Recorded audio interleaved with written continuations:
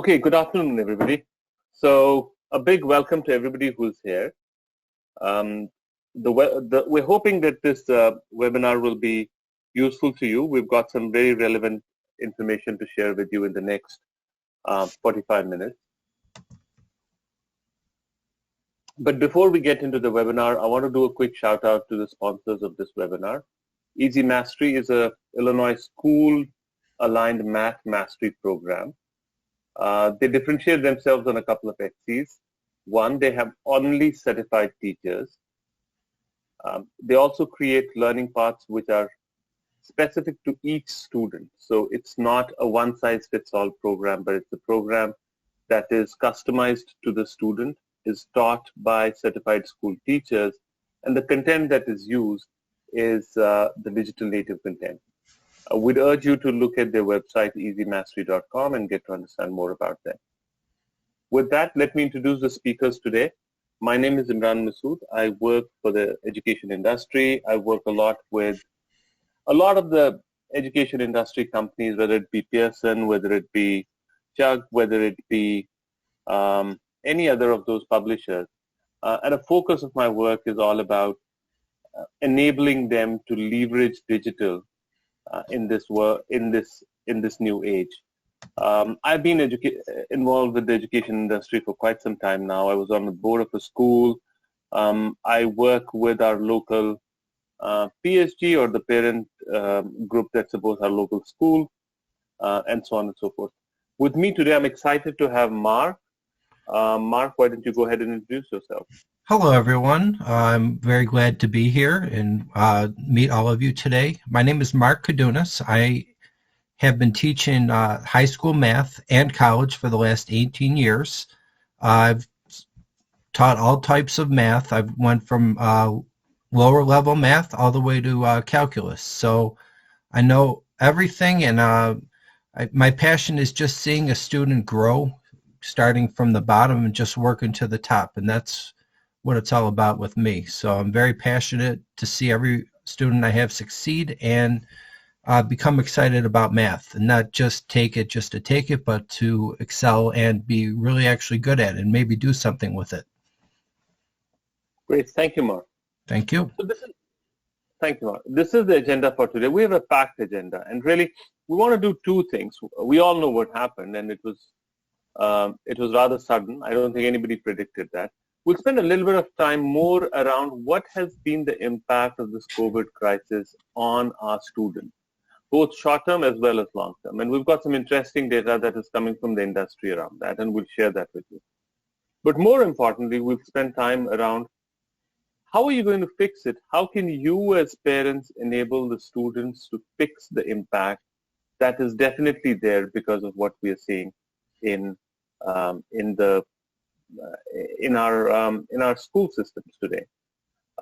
So broadly, we'll break it between, I would say, half the time, or maybe more like 40% of the time on what happened, what's the impact, so that you get a bearing of, unless we understand what has happened, it's very difficult to really understand how we can fix it. So we'll spend about 40% of the time on that, another 50% of the time on some thoughts and suggestions on how to fix it.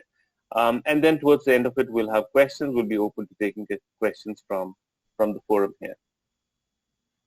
Now, okay, what just happened? You know, it was, nobody was expecting 2020. Everybody was happy. Life was going on. Kids were going to school, and nobody really thought that it was a special thing going to school. You know, it's been going on for 20, 30, 40, 100 years, and kids went to school.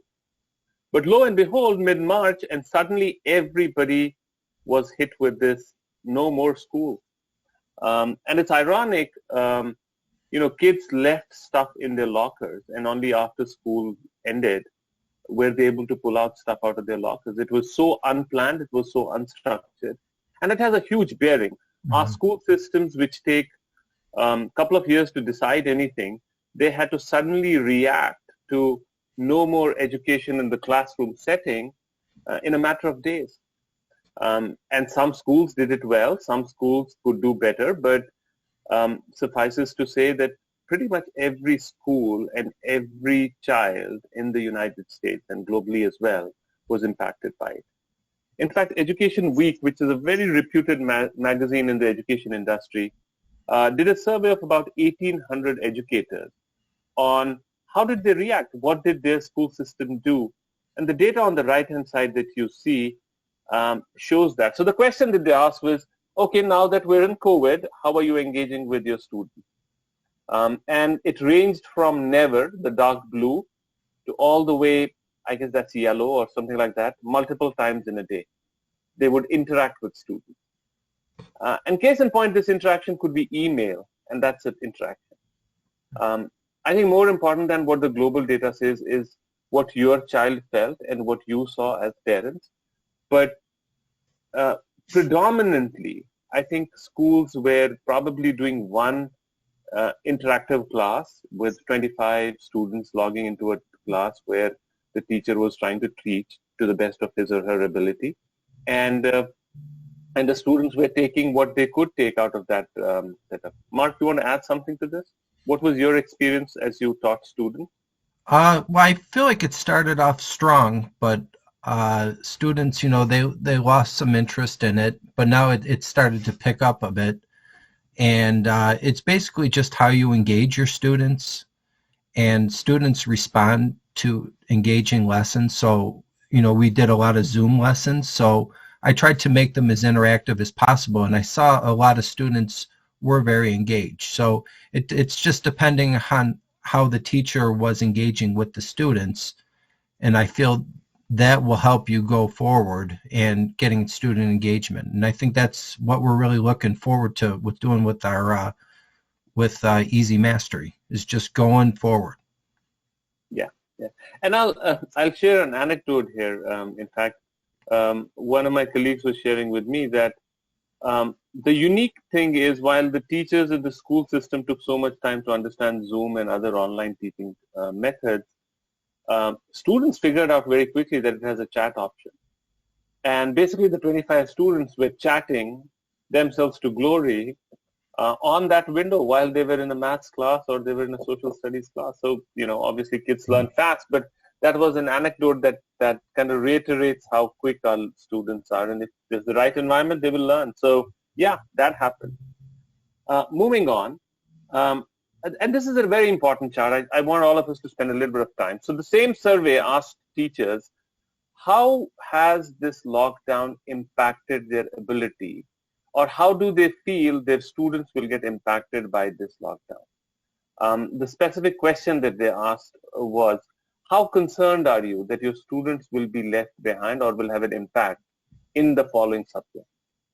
And the data is very clear. The one subject that they feel there will be the biggest impact is mathematics or math. In fact, more than 90% of the teachers felt that maths would be something that they would struggle. And that's a sobering data. I think it's on multiple levels. One is some subjects like language arts and English, students are still reading books and so on and so forth. So they keep in touch with that. They're reading storybooks and so on and so forth. Mathematics just falls down the cliff. Nobody wanted to do it in the first place. And that's sobering and worrying. May I say something, Imran? Yeah, sure, please. Speaking with my administrator, he echoed your same thoughts, and he said that the number one worry he has going into next year is students not retaining what they had previously learned. So that is his big worry, is that they're going to jump ahead to the next level without retaining what they already learned, because we weren't able to review it. We weren't able to learn the new material, and a lot of it flows into the next course. Right. And this is a great segue to the next slide that we have. So Brookings Institute is a very reputed policy institute out in Washington, D.C. It's an education policy institute to a large extent. And they actually model folks on the call who are data literate. They will love this chart. They have modeled how student learning happens, RTI happens, response to intervention happens over the school year. So if you look at it, any grade, and this is specific to mathematics, students start learning, and their capability and what they learn actually keeps growing. And then come typical last day of school, and then what happens is they fall down. There is less less, or they lose what they had actually learned before. But what happened this time was schools started getting closed much before. And that started the downhill slide, as it's called, the summer slide, started much early. So school closure line that you see, the downhill slide started there. And then they, based on this model, they said, okay, what is the impact? If I move to the next slide, what you will see is, what is the impact here? Depending on what the school did, and I'm sure you have a sense of what your school did, the impact could be that they are 75% behind where they should be, or 25% behind. Behind they will be. The question is how far they will be from where they should be. And really, the troubling fact is, if you take the 50th percentile, the middle of the pack, really, it is the student will be a full grade level behind. And I want to pause here and let it sink in. What does that mean? That really means each and every student who joins the next grade in fall, they're going to be a grade behind, which means as if they skipped grade. So from 5th grade, they went to 7th grade right away. They missed the 6th grade. Some students can do that, but if they were to do it, they could have done it before. So here you are teaching them 7th grade concepts, and they are actually on the 5th grade level. And that's a very, very difficult task. I don't know how much of our education system is going to be able to do that. But more importantly, at a personal level, how does your child, or how does your student, or if you're a caregiver, react to that? Because the trouble with all this is it results in a very, very negative thing, which is they start, quote unquote, hating math. And once you start hating something, even if you want to learn it, you will not learn it. And that's the big, big challenge here. So I think the key thing for us really is to figure out a way, for us to address this gap. And the same survey, when it went ahead and asked the students, asked the teachers, what do they think will be the impact? The impact would be at least a grade level reduction. And what does that mean? That means an A+ student will become A-, an A- student will become B+, right? Or it could be more troubling, where some people, right at the bottom, the last line that you can see, they don't pass the grade. They're not able to pass the grade, and which is quite troubling. Mark, you want to add something to this? Yeah, I mean, not seeing material, because I feel as a teacher, repetition is the best way to learn math. And if you're not having that constant repetition, you're going to lose a lot of confidence, and you're going to forget quite a bit of the material. Yeah, true. So enough of doom and gloom, as I often say. What this really means is significant impact, obviously across the board as far as students go. The highest impact is going to be in math, because as a subject, it tends to lose out when students don't practice it. And 3, unless parents and educators do something about it during the summer, the fall will be difficult. The fall start of the next school year will be difficult. And what will compound it is, as the way COVID goes, and I'm not an expert, maybe fall classes are 2 days a week. That's what I'm hearing a lot. Or maybe it will be part remote, part not remote. And that is tough. That is tough. In terms of, will this generation be a generation that is lost, or is not able to keep up with the standards that are expected as you start looking for colleges, as you start looking for going ahead? So with that, Mark, I'd want you to go ahead and share with us your perspective on how we could address these gaps and fix them. Absolutely. Well, thank you for giving me the floor. And I just want to talk about the 3 objectives that are needed to be addressed. So what we do here is we're first going to find the gap that your student or that your children may have. So we're going to assess the student's level against the grade level standards. So we first give an assessment, and we're going to see what your child knows and doesn't know. And then we go from there. So that's when we could create a learning path.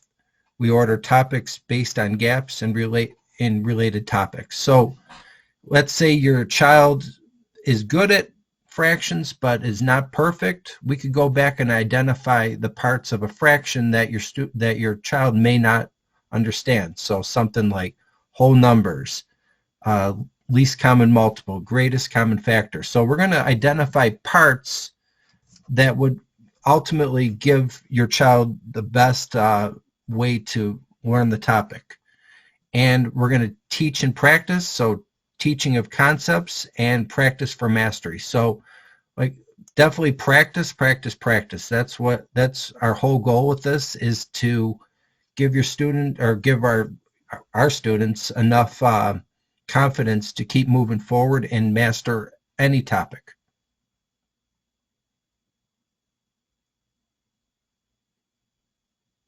Sure.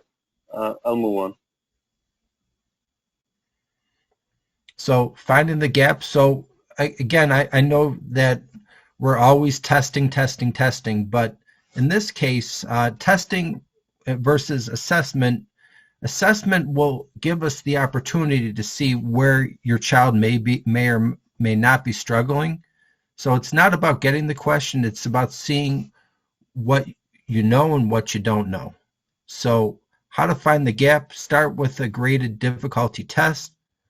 Ask the student to walk you through some of the questions. So a lot of times your child is actually close to solving a problem, but they need to explain where they're going, and that's often the problem. So by having that one-on-one interaction, that will help us close some of the gaps that your child may have. And also, we're going to highlight the areas of strength and weakness. So definitely the areas of strength, we're always going to keep looking. How can we keep going up and up and up? Imran, anything you'd like to add? Yeah, no, I think you made some very valid points in both these things. So, as parents as well, whether you have a teacher helping you or not, we believe that it's very important that rather than go ahead and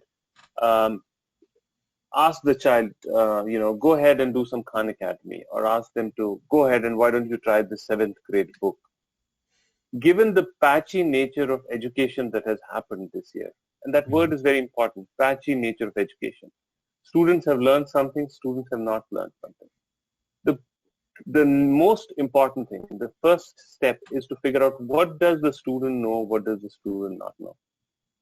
And to figure that out, there is this need to do these assessments. Like Mark said, assessments are different than tests. The whole objective of test is to really grade a set of students, 10, 15 students, and say, you know what, so many of them are 90% and so on and so forth. Assessment is much more involved, much more detailed, and much more into the mind of the student kind of an activity. And what does that mean? That means while you start with a graded test, a lot of the time is spent in understanding the student's thought process. Why did he or she solve the question the way he or she solved it? It doesn't matter whether she got it right or wrong. That's secondary. Primary is the thought process behind it. Because that thought process tells you, where does the student start?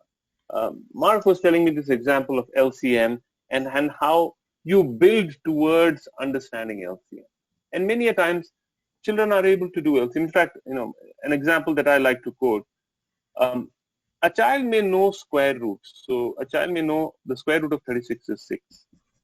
But will a child know cube root or fourth root will depend on whether the child understands the concept of square roots, which is, you're multiplying the same term twice. We all know that, right? Now, if you give a child a grade level assessment, for example, we're giving a 6th grade assessment, and we know the child should know square roots.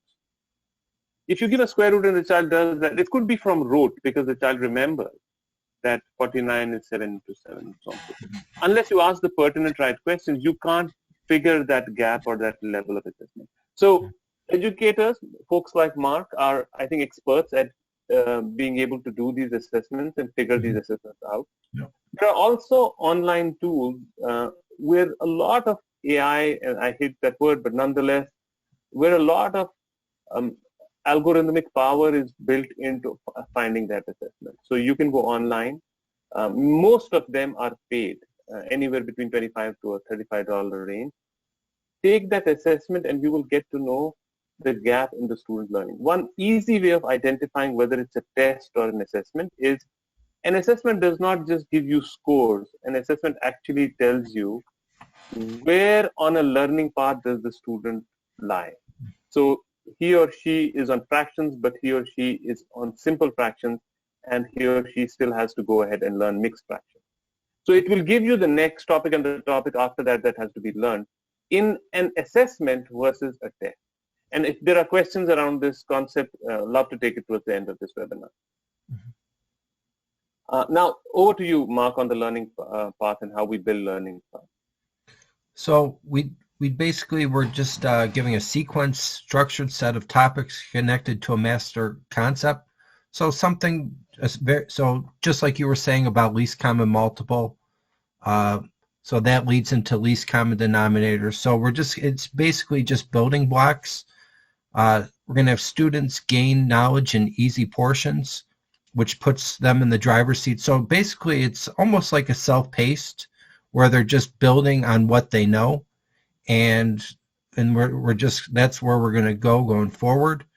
And basically it's not we're not doing it for everybody. We're doing it for an individualized and tailored to each student. So every student will be a little bit different. So we're going to see what they know and what they do not know.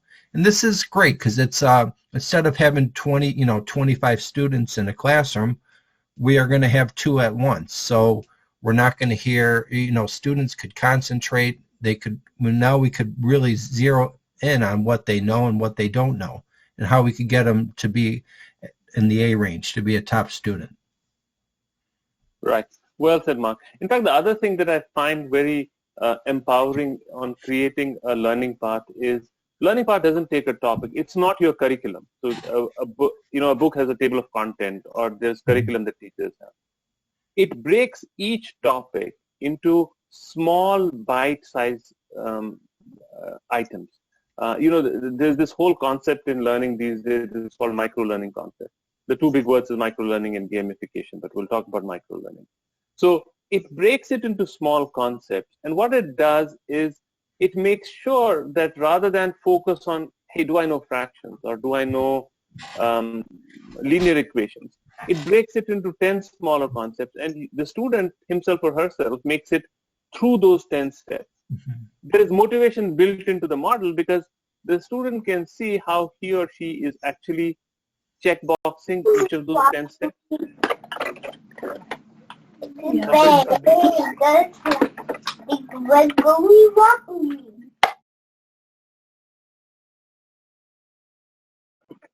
Web conference, it tends to happen.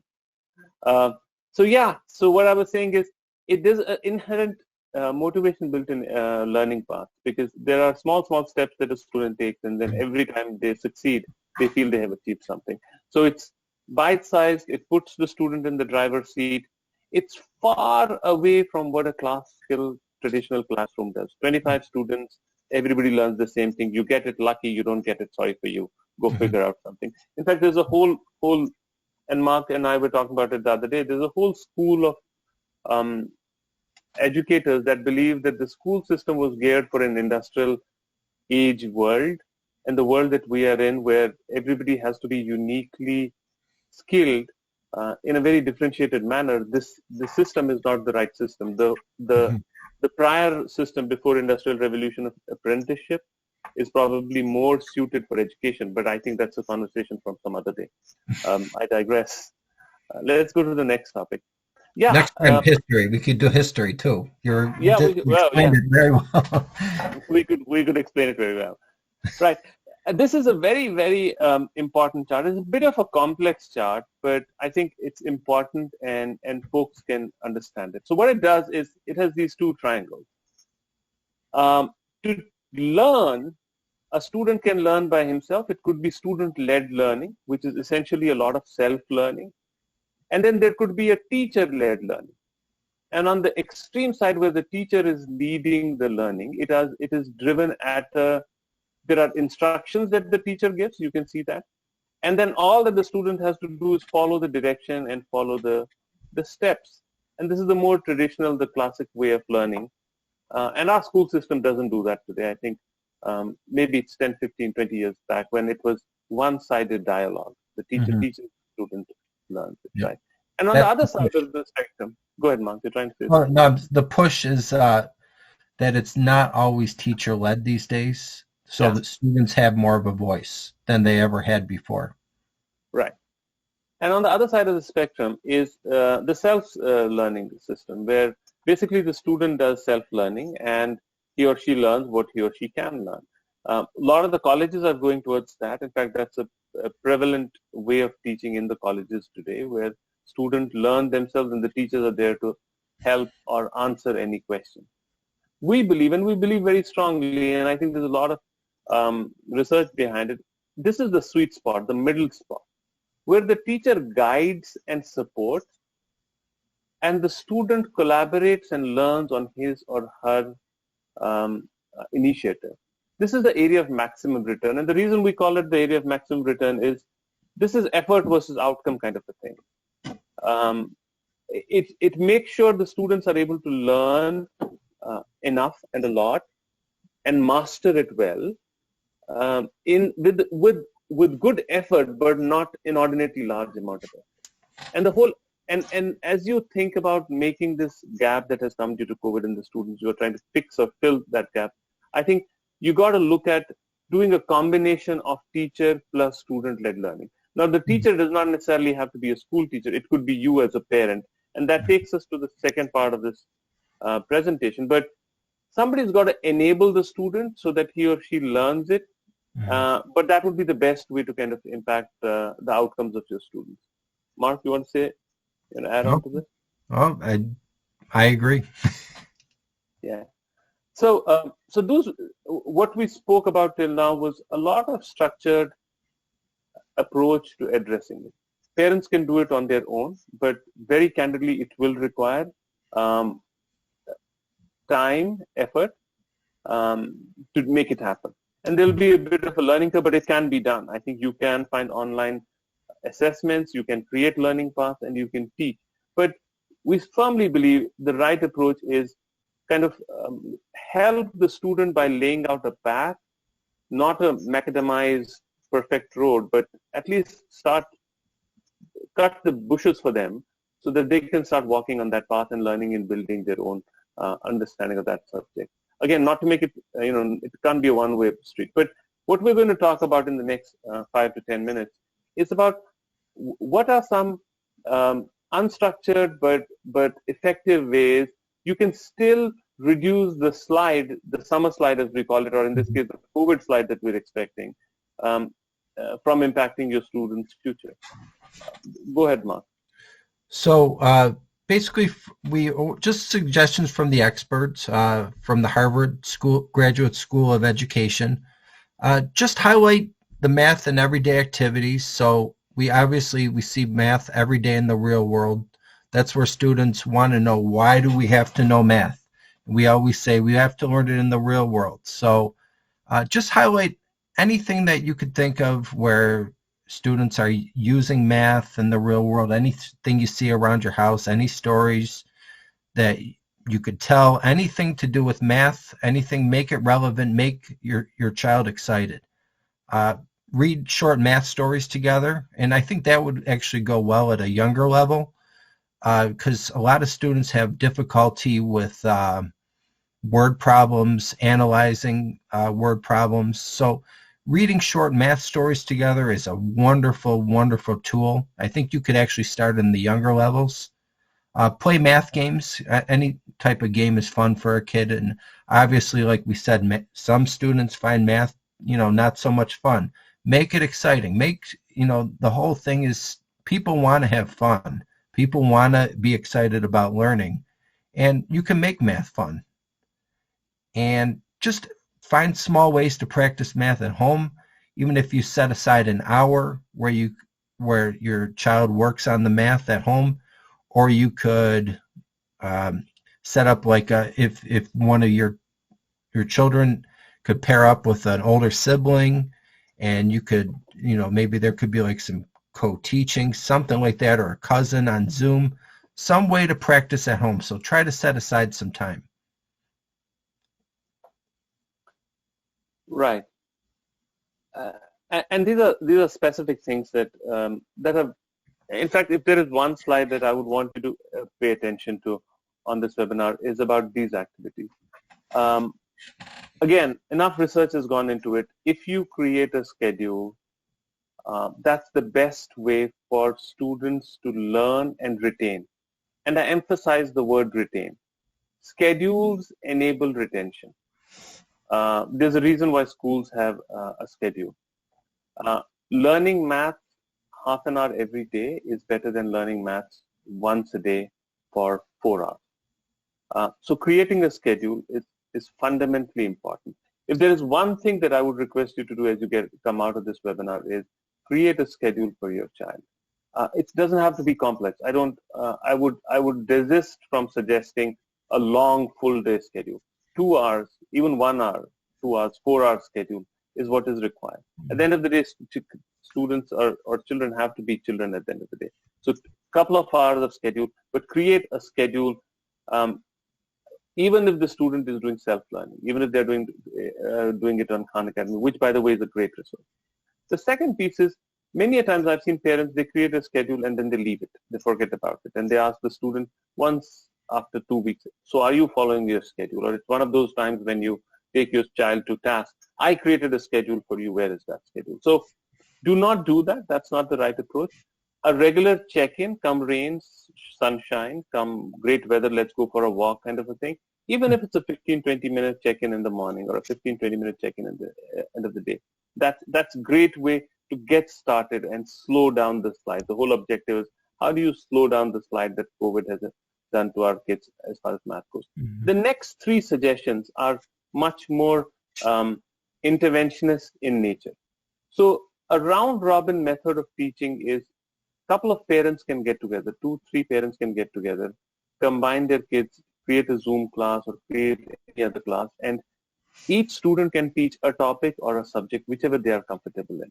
So that doesn't overload the parents to become teachers in addition to all that they are doing during the day.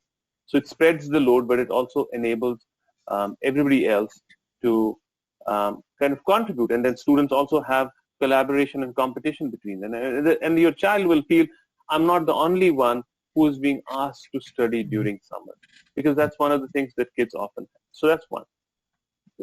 Mark, you want to add something to it? No, I obviously any parent intervention is key. I mean, even if you're a busy parent, find the time to interact with your child, just no matter how long it is, just make every moment free, meaningful, that they could retain something going into the next school year. And then the next one is virtual kids night. Kids can't meet each other. You can still create a virtual play place for them, even if you introduce games. And there are enough on the internet, which are absolute fun games, which have an element of maths in it. And maths is not arithmetic alone. These have elements of algebra in it. These have elements of geometry in it.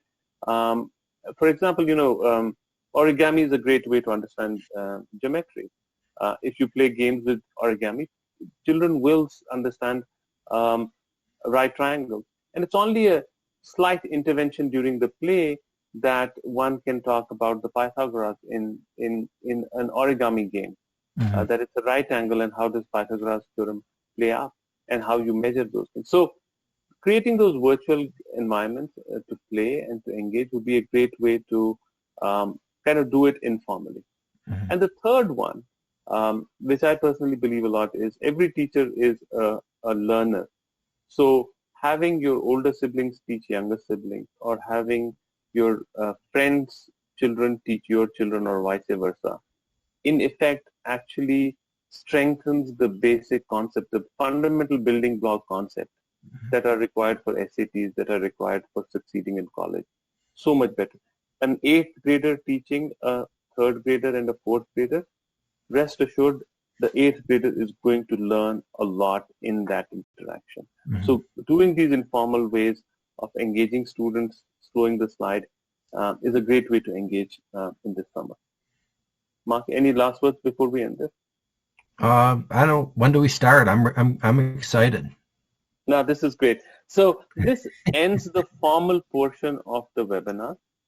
We'll open up everybody's mic to ask questions, and we'll try to answer them. Mark and I will try to answer them the best way we can.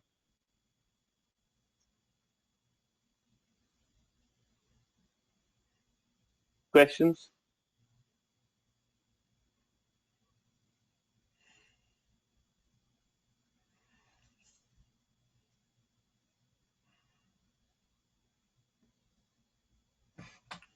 Maybe to ask in the chat. How can we unmute ourselves? Oh, looks like we got unmuted. Yeah, everybody's got it. So Mark, I just had a question.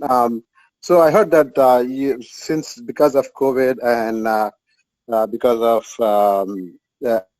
students not going to school in presence, and there could be a significant impact for their career growth and whatnot, right? So because of online e-learning and whatnot.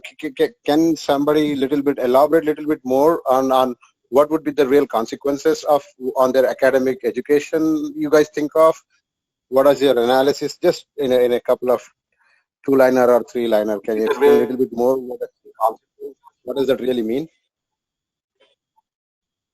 Yeah, I can take that question. In fact, we did have data on that and a slide on that, but it was becoming. Mark, I was taking that question. Yeah. So we had actually data around that. Okay, go ahead. I lost connection. We had data around that, and actually what the data very clearly highlights is 1 GPA reduction in your grades, in your high school grades. High school is, and I can spend a minute on that as well. High school is what actually ultimately matters for your college in terms of grades and all. 1 GPA reduction in your grade actually takes you away from, if you were going, let's say, to a state level college, it moves a person to a community college. And if you're going to a nationally recognized college, so 1 GPA level brings you down by that level. The impact is significant, but it's more than that, and I hope people appreciate that. What you do in SAT, people often have this belief that I will go to coaching and I will figure out SAT in 4 months. And it's a sorry state of affairs, but people don't figure it in 4 months. Like, there is absolute mathematical predictive models which can tell you how much you will score on SAT based on what you've been doing in your school year. Mm-hmm. And what that points to that is, and the reason, at least, we're all passionate about middle and high school, is the core concepts of middle and high school is what actually makes you, in an academic frame of reference, makes you succeed or not succeed in an academic frame of reference. I'm not talking about life per se and et cetera. But so people have this feeling that, oh, I don't know LCM. How does LCM matter to me from college? I'll be doing calculus and all that. LCM matters like crazy. Not the maths of doing LCM or dividing, but the concept of LCM. Children have this thing nowadays that everything is on a computer. Everything is on a calculator, and we can calculate on a calculator. Why am I doing mental math? Mm-hmm. But it's fundamental unless children understand what does multiplication mean. Multiplication has a real world implication and an understanding. Unless they get that implication, it's very, very difficult to succeed in future class, because then you start, in your senior classes in college, you start using the concepts behind the math and not the steps of math. I hope I'm making sense in that differentiation. Yep, you do. So the career path which you guys are going to be, so how does that going to be helpful for a student instead of not depending upon too much on their gadgets, and then how can that boost their memory skills to be more dependent on their memory rather than on the gadgets? Yeah, so is your question that how does learning path enable them not to be on the gadgets and they learn more? Is that what you're suggesting? Yes. So here's the thing. Go ahead, please. Yeah, so my question was basically, right, as you said, right, people should not be more dependent on Google or maybe not more dependent on calculators and stuff like that, right? So your coaching plan or training path down the road, how just not, I don't need to get more detail into it, just need to understand. I know every scenario is different and every student is different. How would that be helpful for a student to grasp these things if they acquire your path of teaching the Right. studies for the other? Right. So I'll do a caveat before that. We absolutely believe that gadgets and computers and everything else has a place, and they have to be used. Technology is there to enable. We're not going to become Amishes. But there's a time for every gadget. So if an elementary student starts using calculator, the elementary student is done, and so on and so forth. So it's very important that one gets the essence of a concept. We may know, so it will often surprise you that children may not necessarily know the concept of multiplication. And what does multiplication really mean? But they will be able to multiply very well. They will know what a area of a triangle is or an area of a rectangle is, but they may not know the concept behind it. So introducing tools, and irrespective of gadgets, introducing tools at the right time is the name of the game. The second part of this which is the learning path, and how does learning path enable these things is, in a school, teacher teaches the same curriculum to everybody. The fact that last year I went on a holiday with my parents and I missed, let's say, understanding of percentages, the teacher is not going to catch up and teach me that percentage unless somebody makes that intervention. And that gap stays on for quite some time. Sometimes kids are able to, obviously students can fill in the gap as they go to higher grades, but many gaps do not remain, and they always pull a student back. That's where the hate part of it comes. Otherwise, if you think about it philosophically, math is actually a game. It is not a subject. It is a game of different rules, and you execute that game. And if anybody likes any of those computer games, why don't you like math? Because it's such a wonderful game. You just keep playing with things. We're not doing anything. We're just playing with rules, and games are about rules. Yeah. Thank you for your question. Any other question?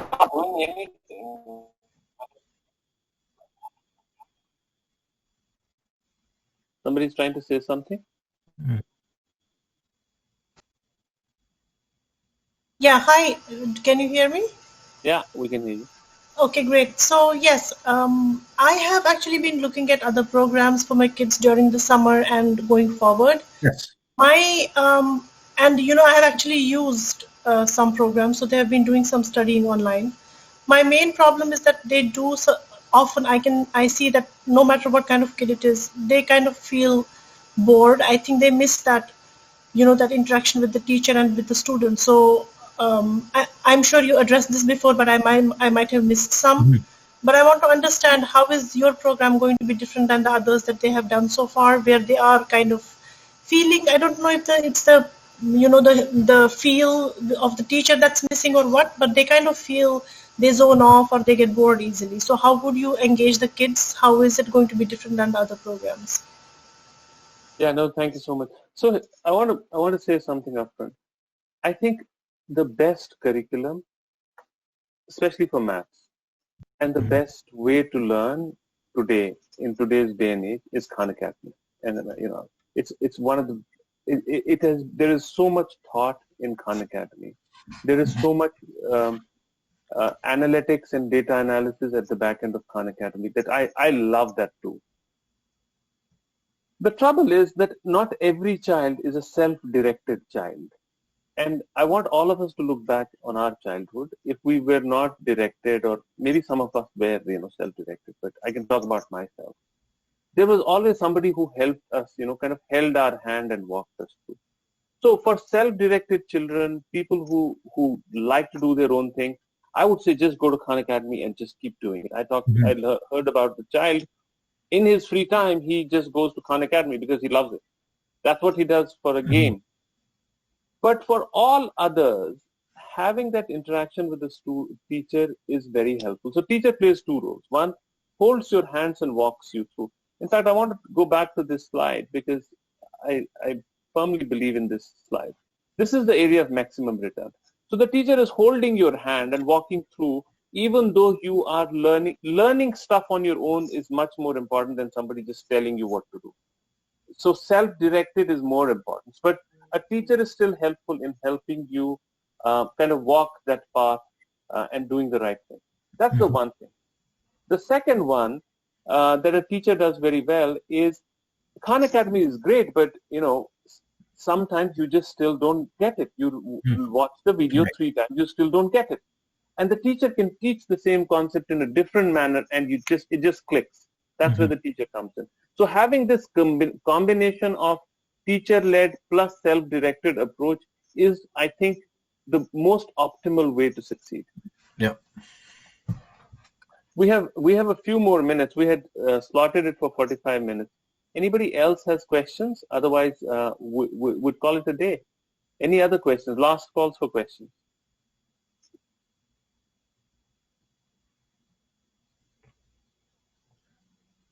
Okay, this was wonderful. I hope this was helpful.